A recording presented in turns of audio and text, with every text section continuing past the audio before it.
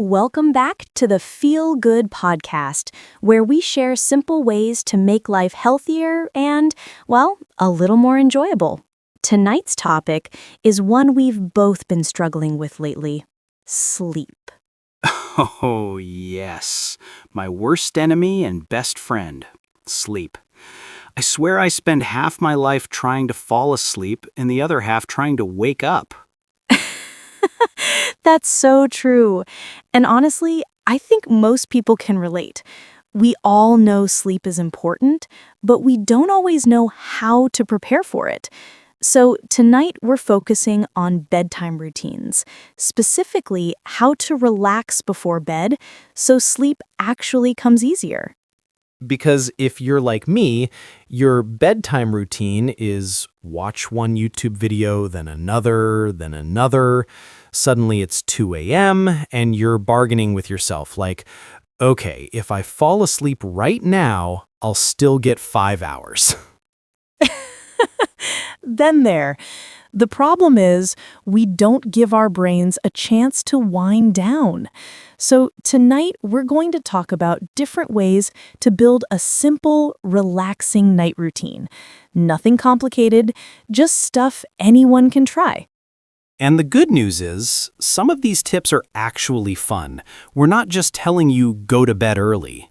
We're sharing things like evening rituals, cozy habits, even teas and snacks that make bedtime feel like a treat. Let's start with the basics. Why do routines matter? Think of your brain like a little kid. Kids fall asleep faster if you give them a pattern: bath, pajamas, bedtime story. Adults aren't that different. Totally.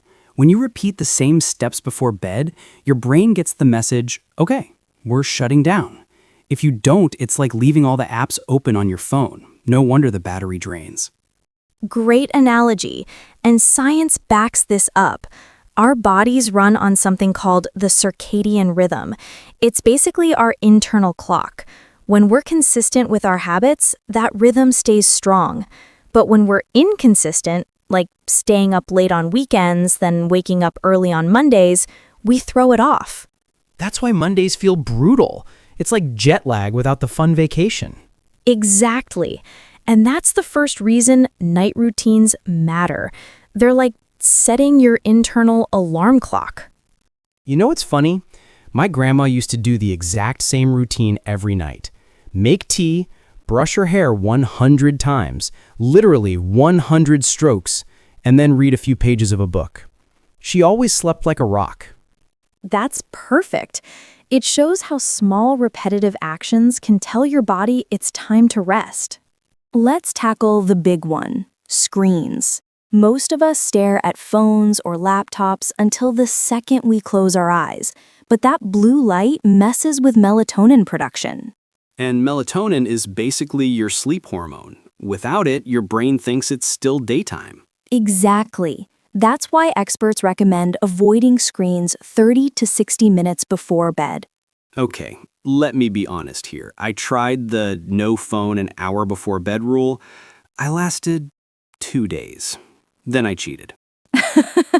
At least you tried. Did you notice a difference? Actually, yeah, those 2 nights I fell asleep faster. But then FOMO kicked in and I went back to scrolling. That's the challenge. But there are hacks. For example, using night shift mode to reduce blue light, or keeping the phone in another room. I do the phone across the room trick. If I want to check Instagram, I have to actually get out of bed. 90% of the time, I don't bother. That's smart. And if you really crave entertainment, swap scrolling for something calmer, like reading a book or listening to music. I started listening to audiobooks at night. Not the exciting ones, though, because then I stay awake wondering what happens next. You need boring but soothing books. That's a great point. Your pre-bed activities should be calming, not stimulating. Let's talk about the environment. Your bedroom should feel like a sleep sanctuary. My rule is, if Batman wouldn't sleep there, it's not good enough. Dark, quiet, and cool. That's one approach.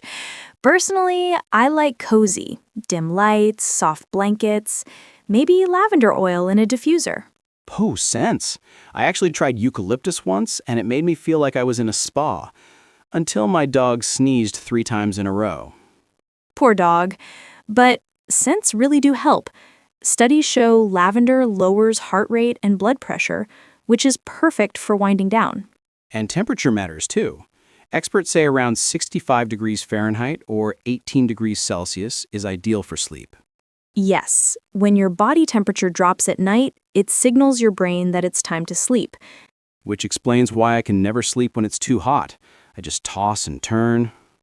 Same. That's why breathable sheets and pajamas make a difference. Now let's focus on calming the body and mind. Stretching is underrated. I used to laugh at bedtime yoga videos, but one night I tried a 10-minute routine. I was out before I finished the last pose. It works. Stretching releases tension from sitting all day, and breathing exercises are powerful too. I like the 4-7-8 breathing method. At first, it feels awkward, but then it's like your body says, okay, fine, I'll chill. Another great tool is journaling. Writing down thoughts or to-do lists clears your head. I do a mind dump. Literally write down every random thought. Email this person, buy milk, pay bills. Once it's on paper, my brain stops repeating it. Exactly. And meditation is another option. Even 5 minutes of guided meditation can reduce racing thoughts. Let's wrap it up with simple rituals. Things like herbal tea, warm baths, or pajamas. Oh, chamomile tea is my jam. Although once I made it too hot and burned my tongue. Not relaxing. Not ideal. But yes, tea is great. Warm showers help too. When you step out, your body cools down, which triggers sleepiness. And pajamas, people underestimate them. Putting on cozy clothes is like telling your body, we're done for the day. Totally. Even brushing teeth and washing your face can be part of the ritual. It's about consistency. Before we close, let's share some listener tips. One listener says she always wears socks to bed because warm feet help her sleep. Another swears by white noise machines. She says the gentle hum helps her brain relax. I've heard of people who use weighted blankets, too. They create a sense of calm, like being hugged. Okay, that sounds cozy. The bottom line is, experiment and find what works for you. And don't expect perfection. Some nights will be better than others, but consistency pays off. Well said. So try building your own bedtime routine this week. Simple steps done consistently can transform your sleep. And no doom scrolling, unless you want to dream about TikTok dances. On that note, thank you for joining us. Sweet dreams, everyone.